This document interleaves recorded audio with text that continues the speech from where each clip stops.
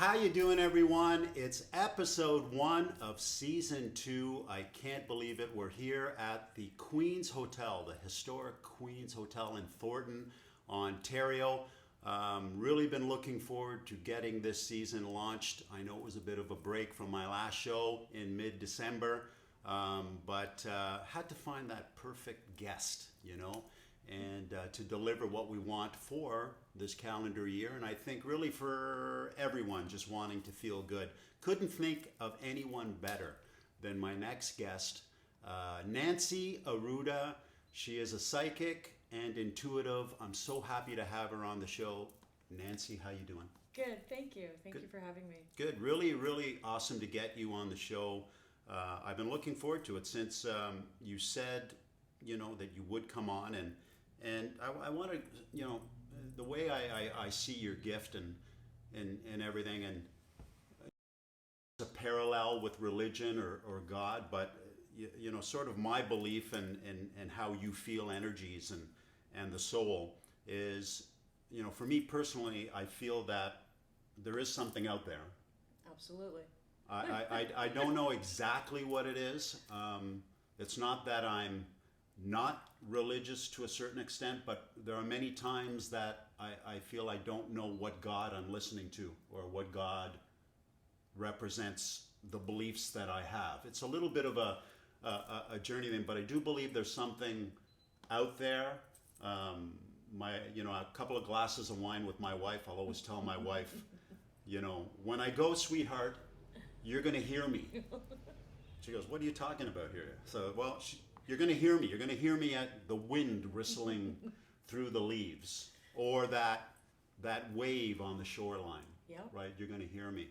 And she laughs, I laugh, but I believe that. I believe that our souls, we leave messages, but I don't fully understand, as probably you would, is how it all ties in together with our destiny and our energy. So with that being said, could you, introduce yourself to our listeners?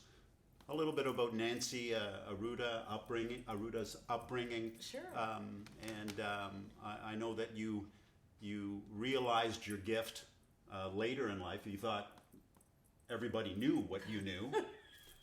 So that's very interesting of how you came about with that. Please let us know a bit about Nancy Arruda. Okay, so when I grew up very secluded. Mm-hmm. Yes, I went to school and everything else, but I grew up in the countryside on a 1,200-acre equestrian farm. Wow. And my parents worked for a philanthropist. Philanthropy, yes. Yes. Who believed in, he was a very strong humanitarian who always back to the community as a whole. Mm-hmm. And so I grew up in this estate home, and basically nature was my playground. So when I wanted to play, there was no kids on my street, okay? Mm-hmm. Yeah. The closest house was about 1 kilometer away. Mm-hmm. So when I grew up, I just went out into the woods and really connected with nature and my imagination and just felt everything that was transpiring in the woods and in nature. In school, when I was a child, the teacher would say something, I'd know exactly what she was going to say. If she asked a question, I knew the answer. Now, at a younger age, I couldn't say the answer, but I knew it. So there was this inner knowing that this is the answer. If I tried to communicate it, it was like there was a block and I wasn't available to deliver what I knew. Mm-hmm. And I understood that later because that's something that gets developed over time. Learning how to communicate your own intuitive gifts and understand them takes time to learn because everybody's is unique and operates differently. Mm. So with this type of upbringing, I wasn't really subjected to a lot of people at a lot of times. I wasn't subjected to how society shapes individuals, right? Yeah.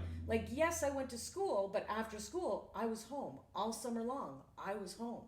So that kind of gave me a little bit of a different upbringing than the average individual. Mm-hmm. And I would play with the animals. I would go communicate with the horses, not really knowing I was communicating with the horses, right? Okay. And I could just, like, for horses, for example, I would just feel their power, right? And their strength and their majesticness, okay? Yeah. And so I always had this connection to nature. And then, I grew up. I went into the beauty industry to start with. I became an esthetician, a cosmetician, a hairdresser. When you take those courses, you learn a lot about the human body. And it really developed my connection to my own human body and knowing how it felt and what felt right or didn't feel right. I would know exactly, like, if I had a pain, what organ I was experiencing that pain in. So it was almost like I started this inner dialogue through my beautician courses with my own body, understanding how the body worked. Then I got pregnant. And what happens when you get pregnant is there's a spiritual thing that transpires. And it's almost like what I call your inner channel. Everybody has this channel of energy that moves up and down through their body. And it's almost like that channel opens. And it opens up so that you can receive the soul of the child that you're creating in your own body. So I felt that soul merging. The moment it transpired, I knew right away what my child was going to look like. I knew right away what their name was going to be. I was in denial that it was a boy instead of a girl because I really wanted a girl. But I knew all the time it was a boy. And then a lot of other things started happening that were really, really strong that I could no longer ignore. I started having visions. I started hearing things. And of course, if you bring this to a traditional medical doctor, they're going to go into, different psychiatric disorders, things along those lines. But it was nothing that was frightening or that asked me to cause harm to anybody. So I just kind of like naturally integrated this external voice into my being, right? And I started studying everything I could study: astrology, tarot, the metaphysical, what the other side would look like, esoteric concepts, which are concepts that are beyond the physical reality into the spiritual reality. I started questioning my own religion and expanding and delving into other religions and other practices and trying to get an understanding of everything. And then one day, all of a sudden, all the pieces just kind of fell together. And that's where I come up with the concept of being spiritual versus religious, right? Like, I can still hold on to a lot of the Catholic beliefs that I was raised with, but I also allow Hindu beliefs into my being, Buddhist beliefs into my being, Jewish beliefs are integrated. So I don't think that, people need to separate their religions if they're just open-minded and do the research and take what resonates with you and just kind of like honor all belief systems at once, then everything just kind of opens up for you, right? That's really interesting, Nancy. Sorry for interrupting on the subject of religion, because it was one of my questions today was, do you see a parallel of your belief in a religion to be able to receive energy and understand it as you see it? Yes. But see, my religion now is what I call the universe. Okay, so you can call it God, you can call it the creator, you can call it the universe. And basically my understanding is, from a scientific belief, we're told in school when you take science classes, energy exists everywhere. Everything is made up of energy. It is constantly in motion, okay, and it follows the path of least resistance. And then in a Catholic belief, we're told that God is in everything. God exists within us. God exists around us. God exists in everything that we touch, see, smell, taste. And so I kind of put the two together, and I'm like, well, that must mean God is energy, right? So my belief system is energy is the divine. It is creation, right? And I just go with that as a philosophy. So if I use the term God, I don't mean offense to anybody who doesn't believe in God, right? So a neutral word is energy, a neutral word is the universe, right? If you don't, what would you say to those, and there are, that don't have a spiritual belief? They don't believe in a God.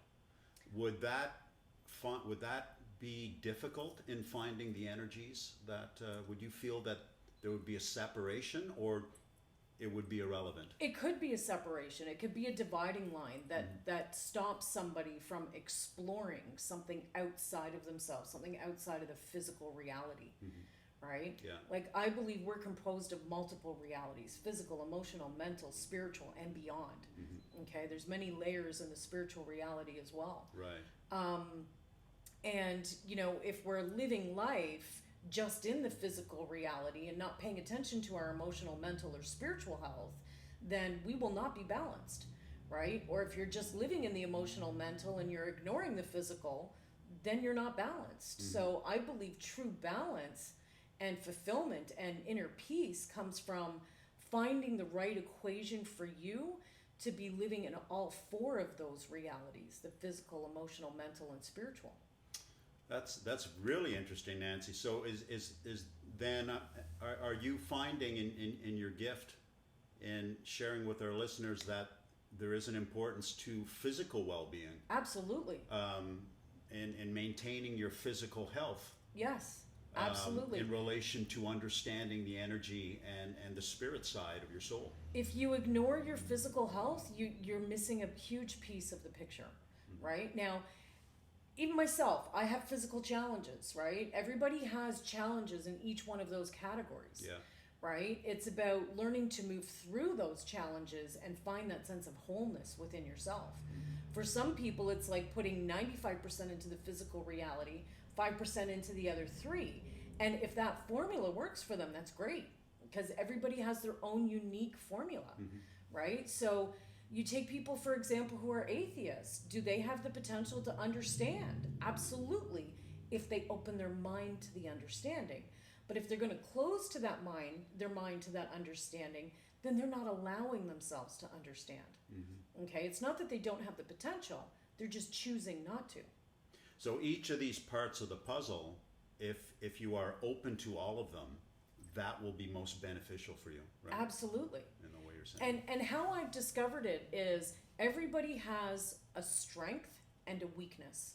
Okay, so there will always be one area of life in which you're strongest. Okay, there's always one area of life in which you're weakest. And your weakest is your challenge. That's what you're here to learn. That's how you grow, right? Because if everything's given to you on the physical and you're a physically healthy individual, but you can't sustain a relationship on an emotional level, okay, the emotional level or the relationship level is where you're the weakest, and that's where you need to do the work, right? So everybody has an area in which they need to work on themselves. How they break that down is a unique formula for them, right? But when I tap into other individuals' energy, I see those weaknesses. I feel where they're avoiding dealing with life issues, or if they're trying to just achieve one thing in life and they're pouring all their energy into one thing, you know, why it's not happening as easy as they believe it should be based on the amount of energy that they're putting in. Yeah. Because if you don't devote enough energy to each area of your life, it doesn't matter how much energy you pour into one, it will not make you feel whole. Okay, even if you receive that desire in its totality, because there's still something missing in your own energy field. Right? Yeah, that's beautifully said, Nancy. And I want to reach out. You know, it's been a tough year. It's kind of like Groundhog Day. Oh, you know, because it's been about 1 year since a closure. It's been about 1 year since I started thinking about putting together this podcast, and really nothing's changed. Right? Right? At least with the factor of COVID. And, you know, that's why it took me a bit of time to get into season 2, not only wanting to open up with a positive light and being able to, you know, share with someone like you something positive out there, because there's just so much. I believe there's that positive energy and that negative energy, and there's a lot of both going on right now. Yes. There's just everything from the vaccine is good to the vaccine is bad to red zone on, red zone off, just like the Karate Kid. Wax on, wax, Wax off. off. I don't know when we're good and when we're, and you know, so man, oh man, all I can say out there is tell me, Nancy, tell me some of your services and what you do, because I think that, you know, it's wonderful the way you present and rationale these energies and the soul and the being of someone. And I think it's very important, you know. So how could you if someone's struggling out there, whether there's negative challenges or whatever, and like you said, all those different pockets, it could be physical, it could be more emotional, it could be however, how would Universal Sky, Nancy Arruda, help someone that is looking for guidance and understanding to be enlightened to continue and move forward? Okay, so enlightenment is a process. It doesn't happen overnight, and it doesn't happen with one session, right? Okay. Everybody's different. So a lot of people come to me just because they want a psychic reading. They want to know what's going on in their life or what's going to happen next. Okay, and a lot of times it does start there. But based on your own unique energy and where I see I'm being guided, that's where the service kind of evolves or shifts. Okay. Yeah. So for some people, it's a one-time service just for an entertainment basis. And then there's other individuals that come in with the idea of having an entertainment service, and just through our conversation, their whole life just turns right around. And they're like, you've answered questions that I didn't even know I was asking. Right? So it's really hard to market what I do because, like I said, it's different for everybody. Yeah. So it starts with people who are interested in finding out more about themselves or finding out about their own energy or what's going to happen to them in life. Yes. Right? Okay. And so they basically tell me what they're interested in knowing about. Wonderful. Okay. And with your gifts, some of your gifts, and explaining to our listeners the gift of clairvoyance that you have, and as you've noted on your just reading up in your bio and website, I didn't know there are all these different clairvoyancing things. I call them the clair abilities. The clair abilities? Yes. Okay, I just had clairvoyance, Yeah. right? But really interesting. I just didn't know there were all these terms, right? But maybe you could emphasize and explain as I go along. But obviously, clairvoyance is the one that I thought related to clairvoyance, period, which is clear seeing. Clear seeing. The ability to see something that's not there. Okay. Clearly. All right. Clair audience. Clear is clear hearing. Right. So it's the ability to hear sounds that aren't there in the physical reality. So you're tapping into the energy of sound. There's a lot of things we physically hear with our ears. There's a lot of things we can hear if we're not listening. So it's learning how not to listen. Is that very close to meditation? Yeah, when you're meditating, have you ever meditated before? I've tried. Okay, I've so tried. meditation, there's many different types of meditation. You don't have to be in a calm place to do it. Some people, fishing is meditation to them. Okay, then I have meditated. Okay, I was trying to get into that, closing my eyes and that and trying to get there, and I could not get there. And that is a skill that is developed over time. Okay. Because you have to learn how to calm the mind while doing nothing, which is very challenging for a lot of people in North America because we live in a society where energy's going all the time. We're on a go, go, go, go, go, go, go kind of path. A meditator, a friend of mine, said that meditation is the space between the past and the future. Yes. It's meditation. Like how can you... So that's like every second of that meditating moment, you're not thinking of the next second and you're not thinking of the previous second. You're thinking of that second. You're thinking of that second. It's about being in the now. In the now, like that, you know, and our mind, at least my mind, it's like all over the map on certain days.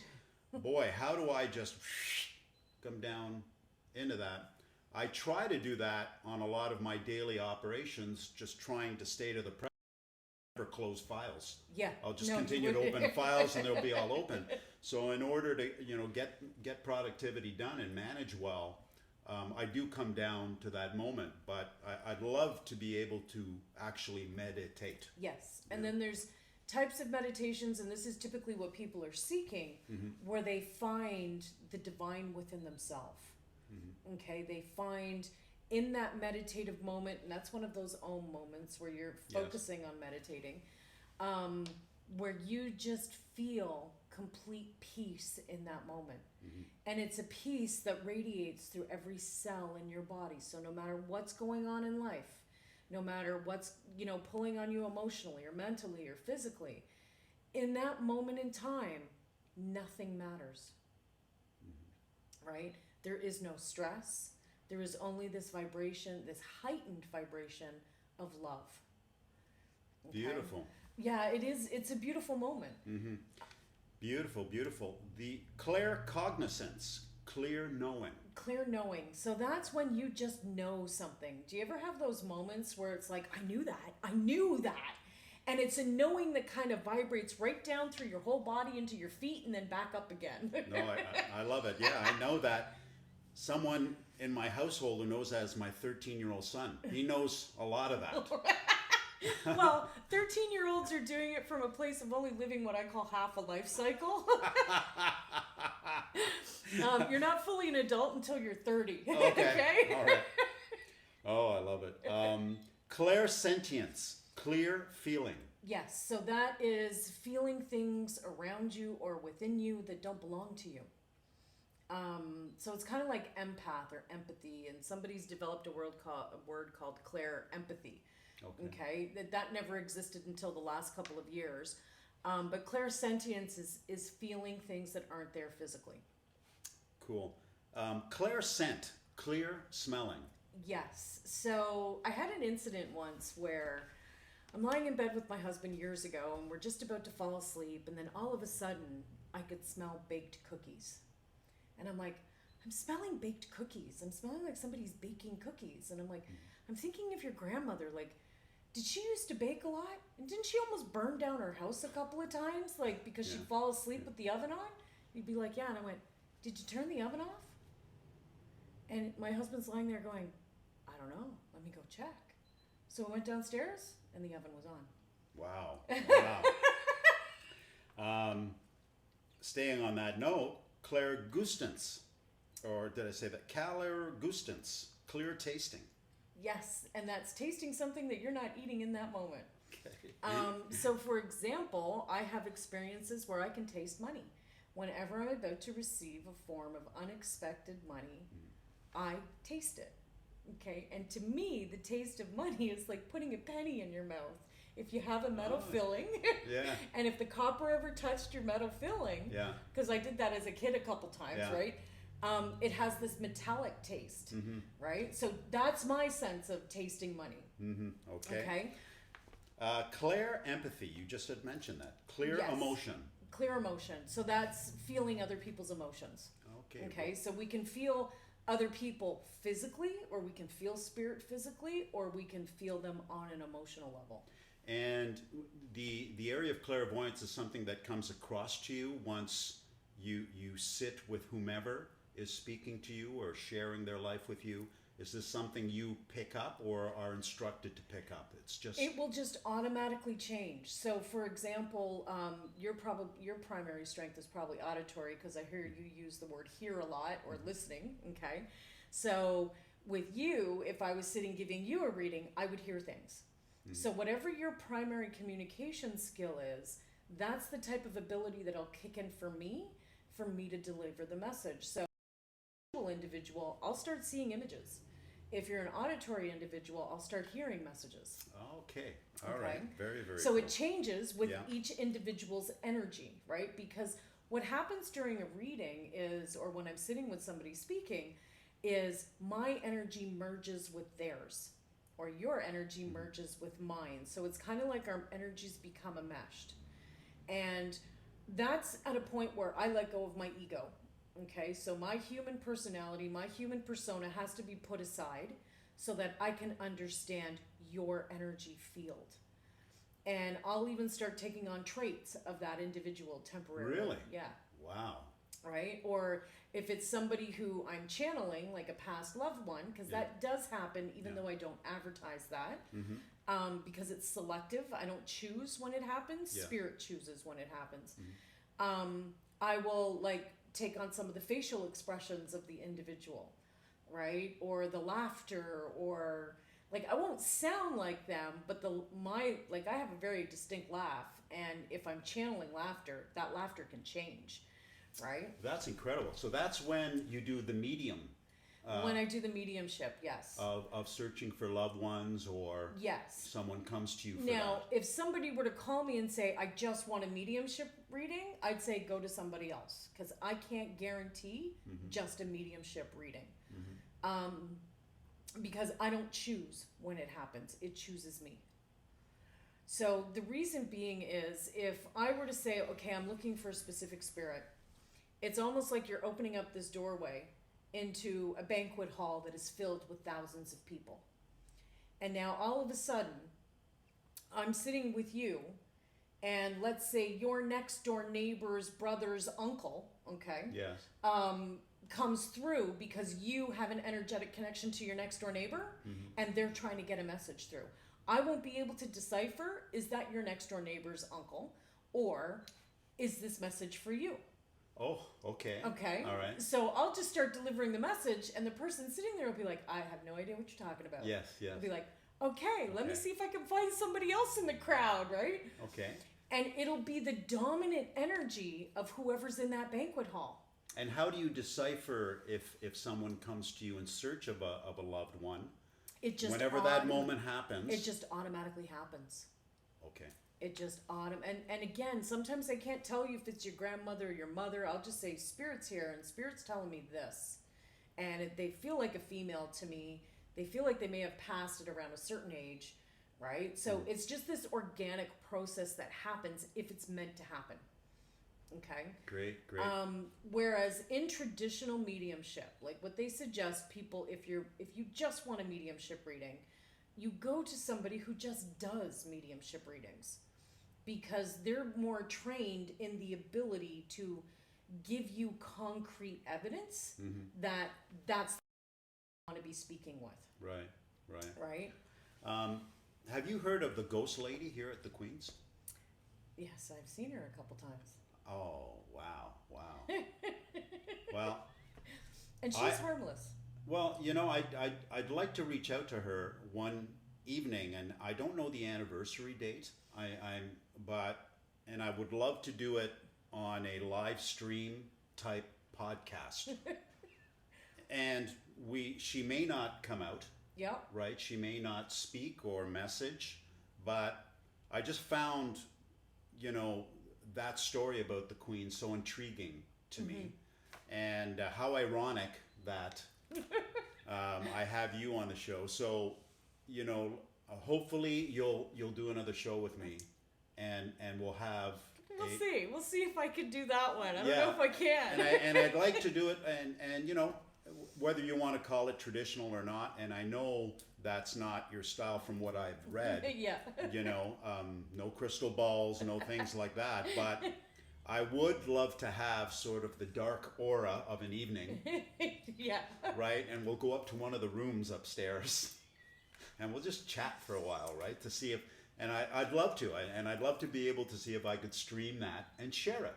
I really would. And it's not out of disrespect. No, not at all. Really, I believe there's something there. The woman who paces these halls hangs out in the stairwell on the balcony above, and the stairs going down the other way. That's the only place I've ever seen her. Okay. Is in that general area.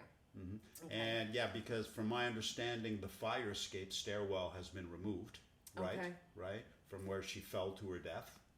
And it apparently was a romantic spat or something. But I'd like to see if we have an opportunity to meet her one day. Yeah. Okay. And there are additional beings in this building. There's as well. more. Oh yes, there's more. Oh, wow! We're just gonna have really we'll have an all-nighter on trying to bring them all out. Yeah. Yeah. Okay. All right. I love it. I'm totally into that. So if you're into that, I don't know. That freaks me out a little bit. Okay. There's a difference between a ghost and a spirit. Okay, please ghost- explain. Yeah. A ghost is a spirit that has died but doesn't really realize they're dead, or they're still very attached to the physical reality that they don't want to leave. A spirit is somebody who has passed over but can come and go between the spiritual planes. So they'll go do whatever it is they have to do. When they want to visit, they'll come for a visit and then they leave again. But know that they are deceased. They know they're deceased. They know they're in spirit form. They know they can communicate. They know they can leave. Whereas a ghost doesn't necessarily know that. Okay, lots of times they're trapped here because they're stuck in some form of trauma. And what happens is they just keep reliving that trauma over and over and over again, almost like a movie that keeps looping and starting over. And that's probably, why you typically hear more that you do hear about scary moments with ghosts versus spirits. Yes. Because ghosts are confused. They are confused. And I grew up in a yeah. household filled with ghosts. So they freak me out. Okay, all right. You focus a lot on energy. Again, it's one of the things that resonated with me so much about you is energy. And as I said to you, I think prior to taping, my life, especially here, since me and my family moved here to the Alliston area, New Tech, I've just been surrounded by just amazing and wonderful people, right? Yeah. That just really have this energy about them, and I was really attracted to that energy. So I just found it and I'm not attracted to someone who has that negative energy. Just doesn't seem to get near me for some reason, or whether I push it away, whatever that is. So, you speak a lot about energy and how it is everywhere. Could you please emphasize a little bit more on how you see that part being very important in our lives and understanding our lives? Okay, so there's different concepts of energy, right? And I believe anything that is organic, even some things that are non-organic, have an energetic field around them. Okay? Not everybody can see that field. The majority of people don't see that energetic field. They don't see it, they can't feel it, right? But if you understand your own energetic signature and your own energy field, then you can understand the energy fields of others. For people who aren't conscious, like yourself, like you said, for example, you just don't attract negative energy. Negative energy doesn't like positive energy. It's actually repelled by it. Okay? Kind of like a magnetic force. If you're putting two magnets together, they'll bounce off each other. Makes total sense. However, sometimes negative or dark energy is attracted to light if it's willing to alter its own energetic flow. Okay? But everybody has positive and negative energy. Everybody, even those people who are super, super positive, there's still negative things that are transpiring with them. Absolutely. They just don't let it drain them. Yeah. Okay, or overtake them. Yeah, and I like that because absolutely right. I think in all of us, if I may speak for many, but mostly myself, when a negative outlook gets into my mind, I work extremely hard on trying to depress it down. Yes. To bring back and that energy. And it takes work. It's a lot of work. Because it's very easy to be consumed by it. Right? And once you're consumed by it, it's no longer just a negative thought. It's now a negative emotion. Yeah. And it affects everybody around has a negative physical reaction. Yeah. Okay? Yeah. No, you said it perfectly. Absolutely. So it's about learning how to moderate your energy. Okay? So that negativity doesn't overtake you. So that you can learn how to turn that switch, right? Yeah. Don't get me wrong, I'm a very positive person as well. Yeah. But I have my moments where a negative thought creeps in and all of a sudden there's this downward spiral into what am I going to do with this? Yeah. And you can't fix anything when you're in the bottom of the pit. You have to climb out of the pit first. Yeah. So you have to take that negative thought, and what I do is say, how is it serving me? How is this negative thought serving me right now? Okay? Sometimes it's serving you in a negative way. Sometimes it's serving you in a positive way. But either way, if you're experiencing it, it is serving you. Okay? Yeah. Don't try to just ignore it. Try to understand it. Because if you can understand it, then you can start overcoming it and walk. Right? And you know, as you just said, you know, in learning to understand it, probably, you know, are the first steps with, you know, the battling of mental health Yeah, out there. absolutely. Like, you know, it's a disease, it's debilitating, you know, understanding it's now open now. It's probably, you know, it's more received than accepted now. It's out of the closet, Yeah. right? And although some of us are able to climb out, there are many that are not able to climb out. No. But I think what you had just said is if you're able to understand it and harness what's going on, then you're able to go get help. Absolutely. But you also have to understand yourself and where that negative mental concept is coming from. Because if you don't understand how you created that negative thought process, Yeah. you can't understand how to uncreate it or Yeah. to create something different. Yeah.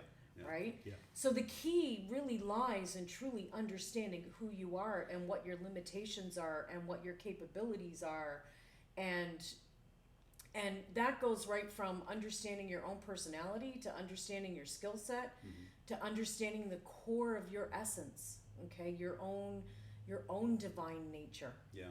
Yeah. right? Yeah. That resides within you, because if you can't believe that there is a divine nature that resides within you, it's very difficult to overcome a lot of those challenges.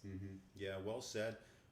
Also, I see, you know, another point you've pointed out in your bio reminds me of my upbringing. One of, you know, my father said to me many beautiful things that, you know, I keep with me. But one of them was, you know, son, knowledge is power. Totally. And you can harness that power any way you like, but respect knowledge and Yeah. listen to those around you. So you did note here that my love of knowledge has given me the ability to share and apply universal laws with others. So that really stuck with me because it's something my dad promoted, and you know, maybe you can share a bit of that on your belief and knowledge. And this relates to everyone. Oh, absolutely. Knowledge it's not just is me. power. Oh, yeah. Learning, reading, studying, listening, right? Please. And with power comes great responsibility. Okay, because power misdirected can be very destructive. But yes, knowledge. It's funny because I hated school growing up. It just felt fake. It felt like I was learning things that I already knew that really didn't have that much importance. Okay. And then when I was finished school and started choosing to learn on my own things that were of interest, it just gave me this high within myself. Like I was in this state of euphoria learning all these things. And what I learned is that everybody has the potential to be a powerful individual. Everybody has power moving through their body. You know, you can look at it on a scientific level. The neurons are sending energy through our body. That in itself is power. Okay? And if you can tap into that understanding, there again, you have more power. But we all have power. We're all powerful individuals. We just need to believe we are in order to create change or affect change for ourselves or others. But I think life is all about learning. Like that's one of my beliefs. We are here to learn, right? Never ends. It never ends. I wish it did sometimes, let me tell you. You taught me a lot already, just here. It's never ending. And, you know, I have a religious belief around that, or a spiritual belief around that we are here to learn and evolve. And the more that we learn and grow, the more we vibrate or emanate more light, okay, to share with others or just to share with the planet or whatever it is that we're sharing it with. As per what you were saying, and that I was just going to jump into, I believe that we are spiritual beings evolving through a journey we call life. Yes. in the physical body. Please delve more into that. I love that. A lot of people think when you first start into a spiritual practice, they believe that the physical reality is the true reality. That we are here being physical, and let me dive into what it's like to be spiritual or understand spiritual concepts, and maybe I'll find a sense of fulfillment there. Whereas I believe it's actually the other way around. We're spiritual beings. We are energetic beings that are put into a container. Okay, the container is our physical body, right? But primarily we are spiritual beings, right? Life is secondary, like physical life is secondary. Now, don't misinterpret my messaging there and say life doesn't matter, because it does. Everything we do in our physical container has an energetic or spiritual consequence. Okay, so if we do something thinking that life doesn't really matter, so we're going to go do something destructive, there is a consequence to that. It might not happen to you in this lifetime, but if you believe in reincarnation and you believe in coming back, then there will be consequences in that lifetime, right? Yeah. But there's consequences for everything. Yes. Okay, Yes. or another way to look at it is, for every action there is an equal or opposite reaction. Okay, when dealing with energy. Okay, Yin and yangs. Yin and yang. The law of cause and effect, right? Yeah. And that's a universal law, right? I love what I love a lot of things that you've been saying. As I mentioned, and we spoke briefly about it. You mentioned that you believe life is 5% fate and 95% free will. Yes. Right? However, once we have subconsciously chosen a specific direction, it will manifest. Yes. Right? Explain. Okay, so a lot of people are working with the law of attraction. And in the law of attraction, it states that wherever you focus your energy, your desire, your intent, you will create what you desire. Okay? However, we have this wonderful thing called our brain that operates with us in this lifetime. And it has a lot of conscious knowledge and it has a lot of unconscious knowledge. And based on our upbringing and our fears and our conditioning in life, we never necessarily know what part of our brain we're going to be operating with at all points and times in the day. Yeah. Okay. So there's a lot of times if we're actually afraid of something, even though we may say, this is what I desire to own $1 million, but I'm actually terrified of being successful, what's going to happen is you're going to sabotage your ability to achieve that $1 million. Or you're going to have a lot of trial and errors and put in a lot of time before you can manifest that $1 million. Okay? Because our spiritual energy operates through our unconscious mind. Okay? So, or our subconscious mind. To me, they're kind of the same thing. It's just the unconscious is a little bit deeper than the subconscious. Okay. Okay? So we have our conscious rational mind, which, we use, 10% of our brain? Right? Consciously? Yes. So I believe that, where was I going with this? What was the question again? Well, here, let me go. Because I think I just gave you another channel of where Okay, I yeah, wanted I to go. think That's so. what I think. I I think threw that's you what off just right there happened. because I wanted to jump into something. Yeah. But one of your quotes here: "Take what you want, leave what you don't." Yes. Right? And I love that quote because it's almost reflective on knowledge and how we see things, right? And most people do. They either believe it or they don't. Right. They either take it or they don't. Yep. Right? So in delivering your messaging, I love that. It's almost like more for skeptics, I guess. Absolutely. Like, hey, if you don't believe it. And you know what? I'm don't not here believe to it. trigger your issues either. Yeah, So if I say yeah. something that doesn't resonate with you, let it go. Yeah. Right? If it triggers something within you, like, I can't believe she said that, and why would she say, then clearly there's something going on in your subconscious mind that you need to heal within yourself. Okay? Because we are all responsible for our own reactions to situations in life. Okay? You can put two people in the exact same situation, wearing the exact same clothing, looking identical, and how they respond to that situation is up to them. and they can both respond completely differently, right? We are not responsible for the emotional reactions of other individuals as long as we're operating from a place of good intent.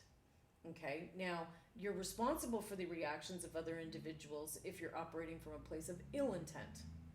Okay, but if you're operating from a place of good intent, then how they respond to something is not your responsibility.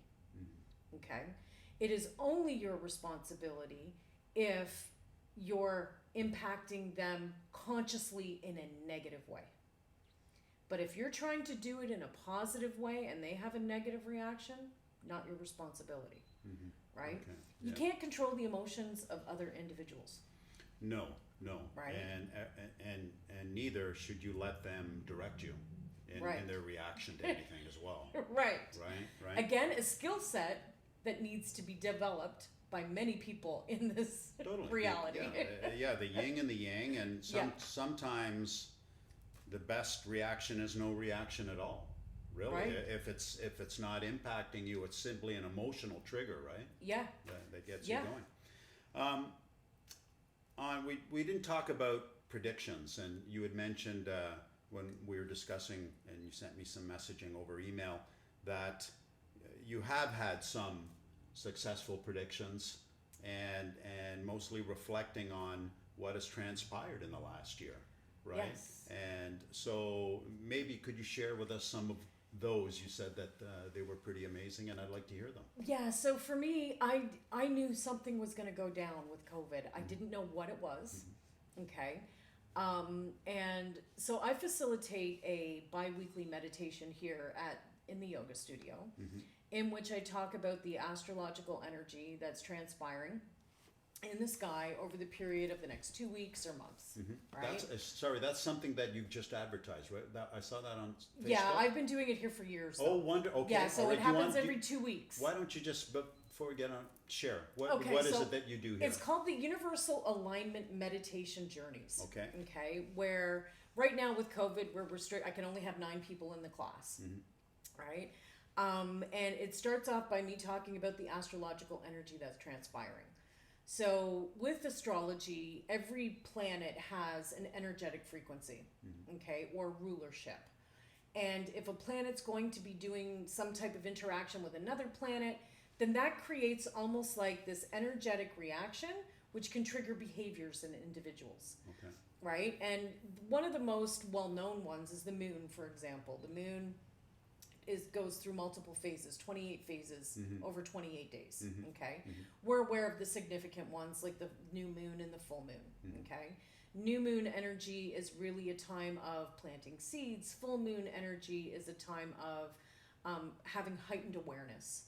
Okay, so it's almost like during the full moon, a light bulb is turned on in your subconscious mind, allowing you to see your own issues, and then you respond to those issues through some type of emotional behavior. Okay. And talk to people in the ER. They will say full moons, the ER is crazy. Like it's busier. I will. I'm gonna ask some of the docs on this one, right? Yeah. Or the nurses. Ask the nurses I'll bring too, you into right? the ER. I'm gonna bring you into the ER on a full moon then. Just you and I, we're gonna go in, right? Right. And they'll be overwhelmed with people coming in, like more accidents will happen, etc. Because what's happening is your subconscious energies are becoming conscious, and the only way you can heal them or release them is to have a type of experience that allows you to move through that energy. Okay. So that's when we attract an experience to us that's connected to that subconscious fear. Okay, because typically it's fears that are ignited or that are stored in our subconscious mind. And you have to move through it. So in the meditation, we talk about the planetary energies that are transpiring. The moon is just one example. I'll talk about Neptune, Pluto, all of the planets, right? And then I guide a meditation that allows you to either enhance the energy if it's a beneficial energy, or release the energy if it's an energy that is draining or exhausting. Great, and people can book this on your website? Yeah, they have to contact me personally, either through Facebook Messenger, they can text me on my cell phone. They Just can send Nancy me an Arruda? email. Nancy Arruda? Or Universal Sky Or as well? Universal Sky, .com, email, right? any method of communication, whatever works for them. Okay, check it out. Check it out. Yeah. This is really, really interesting. And then after the meditation, Yeah. because we're all experiencing the exact same meditation, I'm just discussing what your journey's going to be like, right? And where we go in that journey. And, you know, I may say you receive a gift, but everybody will receive some type of different gift. Or if I say we're going to pick up a crystal, everybody's crystal is different. And then after the meditation, I ask people specifically, so what did you receive? And when they tell me what they've received, I then get a message of what that means to them. And they'll be like, oh, yeah, now I get it, right? So it's like, it's almost like a waking dream. It's like moving through a dream and then getting an interpretation of that dream afterwards that gives you that understanding. Yeah. The understanding doesn't just happen on the mental level. It happens on the emotional level, and it happens on the physical level as well.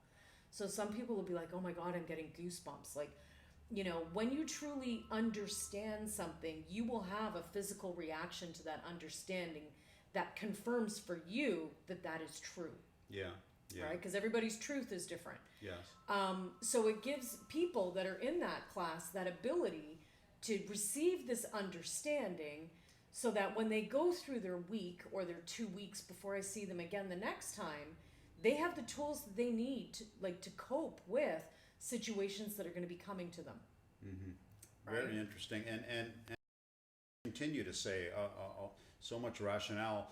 One of the most important things I have learned is you cannot get the life you desire unless you understand where you are starting from. Like, how rational is that? Right. Right? It's and how many of us, like me included, I just have matured and gone through things, but yeah, like, you know, the confusing times in your life where you don't even know where you're starting. No, you don't. And it's confusing, and you know, maybe events can trigger this, family events, a death, divorce, lost job, lost business, so many different factors, right? COVID, you know, all the way. But I love what you're saying in the messaging, and, you know, on trying to just, okay, put on the blinders and let's start here. Yeah. On who you are. Who you are. Right? Because, or who you think you are. Right. Right. And a lot of the times, who we think we are is who we're not. Right? And that comes with conditioning. Yeah. Okay? Yeah. So we're all conditioned. We're conditioned by our parents. We're conditioned by our relatives. We're conditioned by our educators. We're conditioned by society. We're conditioned by the law. We're conditioned by everything. And all those conditions has you kind of like analyzing yourself and making you believe you're something you're not. Right? Yeah. And it takes time to reprogram who you think you are. It takes time. It's you know, I think it's, you know, it's beautiful what you're saying. I think it's just an ongoing process of trying to be the best you can be. Yeah, absolutely. And why, you know, how could you just stop one day and say, I'm the best? You just can't. You can't. Because there's so much knowledge, there's so much to learn out there, there's so much to do. There are just so many wonderful, beautiful people to know. It just never ends. So don't stop. Yeah, no, don't stop. Don't stop. And you know, people who, you have to break through the barrier of believing that the physical reality is the only reality first. Okay? Because there's a lot of people living in that barrier that do not have an open mind. Okay? Then they'll just keep living that, what I call monotone life. Okay? It's you get up, you go to work in the morning, you come home, you go to work in the morning, you come home. Like, you're just recycling your day in, day out, day in, day out. It's a shame. And and you're not doing anything to better yourself or to better society. No. Right? Open up. Open up. Open up. Nancy Arruda will open up your mind. Open up. There's more out there, right? Absolutely. Just awesome what you're delivering. I think it's great. I don't want to stop. I just want to keep on chatting with you, Nancy. You are going to come back with me here, though, eh? And we're going to... We'll see. Maybe I'll bring a friend. And we're going to check out the... Who's into the ghost stuff. Yeah. Okay. And we can live stream it and everything? Yeah. I have to be prepared for that one, but I just love that idea. So thank you very much. But as I was saying before we were chatting, um, and thank you for coming on the show. Like your energy, your positiveness, your help for those out there in any capacity, however you want to understand Nancy here. I just think it's absolutely wonderful what you can give to someone out there in whatever way they receive it. Yeah. And it could be that check mark that you need to just get you over the hump. It's been a tough year for everybody, right? It has. It has. And you're enlightening. It's just great. I can feel your energy, and I knew we were going to have an energetic show, and we are. And now I want to get. I shared with you at the beginning that I wanted to talk about a few of my previous guests. Yes. That I had on the show, and and again, I never expected TNT Weekly, our podcast, to even last this long, right? But I've been able to meet some really, really wonderful people and organizations, etc. And I wanted to share them with you, and hopefully my energy will transcend over to you, where you can feel for something that may arise for them. And I'm going to go off. Sandra Lambie is one, a great restaurateur in Alliston.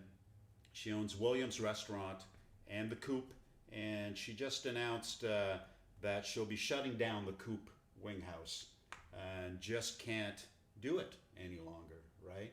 And however, I think that her energy focusing into Williams is the right move. She owns the building there and invested quite a bit.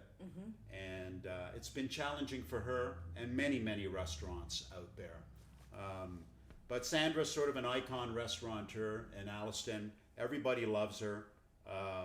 I had her early on in my podcast days, and she still holds the records for most downloads. So I know she's really connected out there, right? But, I love her. I love her passion and her drive. I don't know how she gets up in the morning. Yeah. To continue to conquer.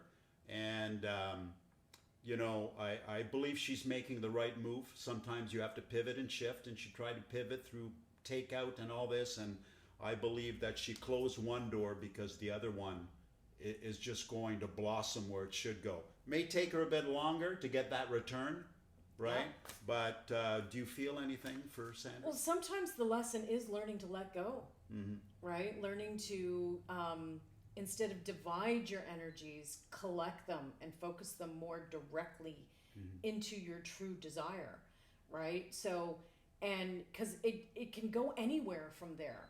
Right? So how I'm seeing it is, I'm seeing her energy was split. I'm seeing 75% of her energy into the real estate building, okay, so into the restaurant, and only 25% of her energy was going to Coops. Yeah. And that 25% was actually pulling on her ability to keep focusing the 75%. So it was actually, it was 75%, it then went to 70%, it then went to 65%, like it was dwindling. Her energy of trying to sustain the one business was actually being drained by the other one. So closing the door on the little one is actually a very good idea. Once she has the ability to, she will pivot. I still feel there's still a little bit of a challenge in terms of pouring her energy into her current restaurant. She's still challenged by COVID. Okay, the COVID challenge I don't feel is going away. No, I don't think so. So if she can keep sustaining her energy and trusting in the process, okay, and just put as much energy as she can, as long as she has enough for her own physical well-being as well, right? Then she can ride it out, okay, the whole COVID transition. I'm feeling in about 2 years, there is the potential for her to say, okay, now I'm seeing something. I'm seeing the growth, okay? But I'm not necessarily seeing any growth for a 2-year period. And again, it's a part of the COVID challenge. Yeah. Okay. Yeah.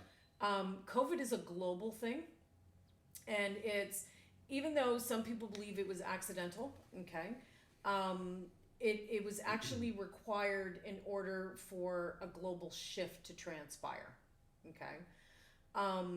And so it's affecting everybody at levels that we don't necessarily understand. We don't know how long it's going to be around for. Okay.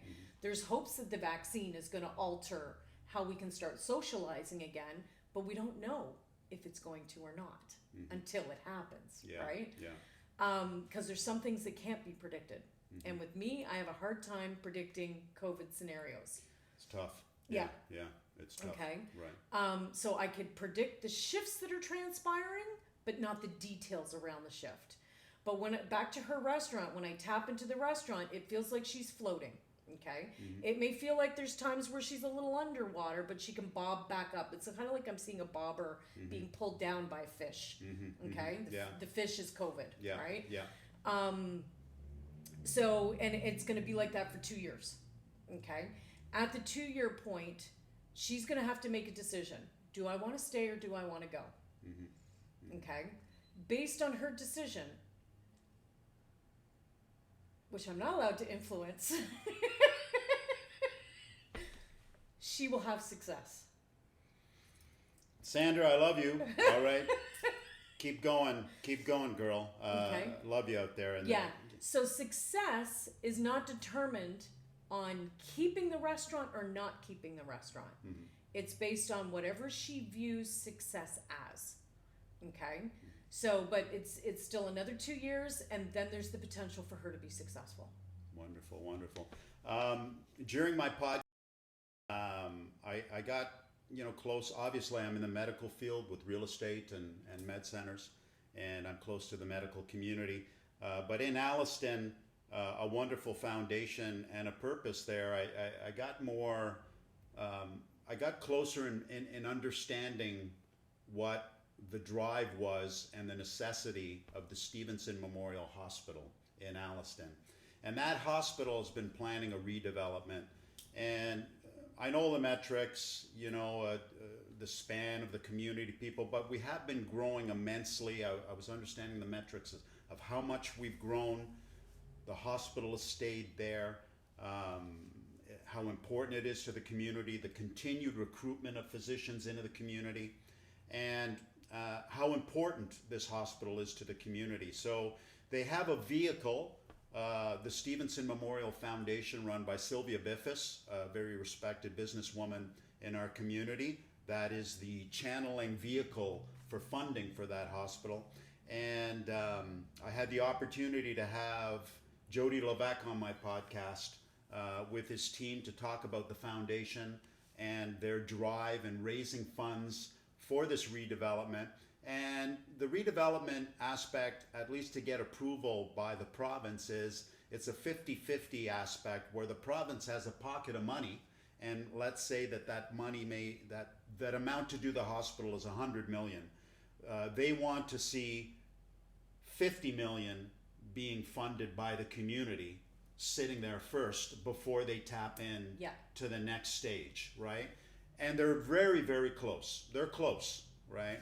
And they're driving. And Jody Levesque is a champion in driving this machine. Sylvia Biffis and her team and the team of board members, they continue to pivot in trying to raise funds, along with many other wonderful charities. But in the aspect of the hospital, I really hope they hit their target. I really, really hope they do. They've been working hard. It's so close. Do you see the energy I'm channeling to you that might predict some great news for them in the future in our community? I do, but I also see the challenges. Okay? Because it's almost like, they'll raise what they believe they need to raise, and then all of a sudden that number increases because the cost of everything goes up, right? So it's like they're almost there, and then they need more, and then they're almost there, and then they'll need more, if that makes sense to you. Yes, it does. Yeah. And I'm seeing several pockets or several different ways, not the specific details around it, but several different ways in which they can get funding. A huge portion of the funding is coming from the government, in which they will have to meet that criteria in order for the government to release it. Yes. Okay. Yes. There's no loopholes around that. No. Okay. But I'm also seeing in a way that they can make that criteria is also to expand their borders. Okay. So make their servicing area bigger. Okay.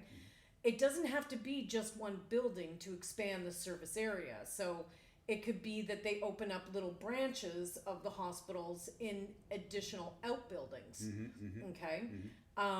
Which would then allow them to expand their service area, which would then give them more funding from the government, okay? But it feels like there still needs to be I'm feeling three major fundraising drives that need to transpire in order for them to meet their initial goal, okay? One of the fundraising drives needs to be huge. They need to get somebody in the community or a provider, a funder, funder, to donate or somehow create some type of interest that's going to generate people to be providing. Okay, one of them feels big to me because I see it as a big circle. Okay, the other two drives feel smaller. Okay. But it still needs to transpire. Okay. And I keep being brought back to Princess Margaret. You know, the Princess Margaret Homes thing. Yeah. Okay. And contractors. Okay. Yeah. So I'm seeing Princess Margaret. I'm seeing contractors. And so if there's any way they can integrate some type of draw, right, for larger prizes to generate larger revenues from the general public. It's one thing to get a large contribution from one individual. It's another to gather a bunch of small contributions from multiple individuals. For sure, and they're all important. They can both do the same thing. Yeah. Right? Yeah. So if they can expand almost like their community outreach and seeing what people can donate to create something similar to the Princess Margaret Drive. Yeah. Okay. It may not be a house, it may not be a cottage, but it may be something similar. Yeah. Okay. Yeah. Okay. And I am seeing the potential of one individual coming in with a large sum of money. To me, a large sum of money, $10,000 or more. Okay. I know they need a lot more than 10,000, but for one individual to say, here's 10,000. But it could be 10 million. It could be 10 million. I'm just seeing the 10 and the zeros. Okay. And I'm just seeing a bunch of zeros. I don't know exactly where those zeros. We want zeros. I don't know how many zeros are there. We want zeros, Nancy. Right? It could be 10 million. Yes. Okay. Interesting. Research facilities. So I don't know if there's any pharmaceutical or research facilities that have the ability to give funding. Okay. Yeah. And it may be project driven, but it may give them the base and what they need to receive that money from the government. Yes. Okay. Do you know what I mean? Yeah, not totally. Okay, because I think that's how they really need to be looking at it is don't just look at the total number, try and like break it down into smaller numbers and then smaller projects to fill that bigger bucket. Wonderful. No, love that. Stevenson Foundation, you guys rock. Stevenson Memorial Hospital, your drive out there. I know that because Nancy kind of says so, right? Kind of says so. Nothing is 100% definite. Nothing is 100%, but I like where you're going, and it's all positive. Nancy, listen, I've had a blast. I really had a blast having you on the show. Any last words? But first, I have to say, I never expected this podcast to really get off the ground. Like I told you earlier, I would have been happy with 10 listeners. Yeah. Right? That's fine. So my day job is really busy. Yeah. You know, but I'm still really passionate about this podcast, right? And my favorite podcaster is Joe Rogan, right? I love him. And, but you know, my ambition's to be a Joe Rogan, but I don't know. And you know, anything, you never know where a road is going to take you. You don't. And that's what I love about doing stuff like this. It's just, you know, it's a continued knowledge and learning. So how do you see TNT Weekly doing into the future there, Nancy? It's very hard to separate TNT Weekly from you. Okay. So when I tap into your energy, okay, your business, your day job is still your day job, and you're still going to keep doing it. Yeah. Okay, for a while. Okay. Because you do enjoy doing that as well. I do. Okay. I do, yeah. I do see TNT Weekly continuing. Okay. But you need to, and I think you are viewing it more as a hobby or a side passion. Yeah. Which is the amount of energy you have to pour into it. So keep putting what you can into it. Okay. Will it grow and evolve? Yes, it will. Okay. So just keep doing it because you enjoy doing it. It's one way that you're giving back to the community. So it's kind of like feeding your soul, and it's feeding you so that you can continue to feel good and positive about your life. Oh, Nancy, I love this lady. I love this lady. It's been just awesome. I could spend another hour with you, Nancy. Yeah, we could. Yeah, and chatting. It's really been wonderful. I think your gift, how you look at life, I just love it. I just love it. And, listen, tap into Nancy. I'm telling you, universalsky.com, Nancy Arruda, just amazing. And take what you want and leave what you don't. That's right. Right on? Absolutely. Okay, Nancy Arruda, just awesome. Last words? None. None? None. All right. That was episode 1, and what a way to start season 2. Thank you so much. You're welcome. And Thank hopefully you. I'll see you with your friend back here in an evening streaming episode. Okay. Okay, well, just check it out, right? Sounds good. All right. Over and out. See you on the next show. All right. Take care. Bye. Bye. Rock and roll. Wasn't that awesome? Yep. Oh, man.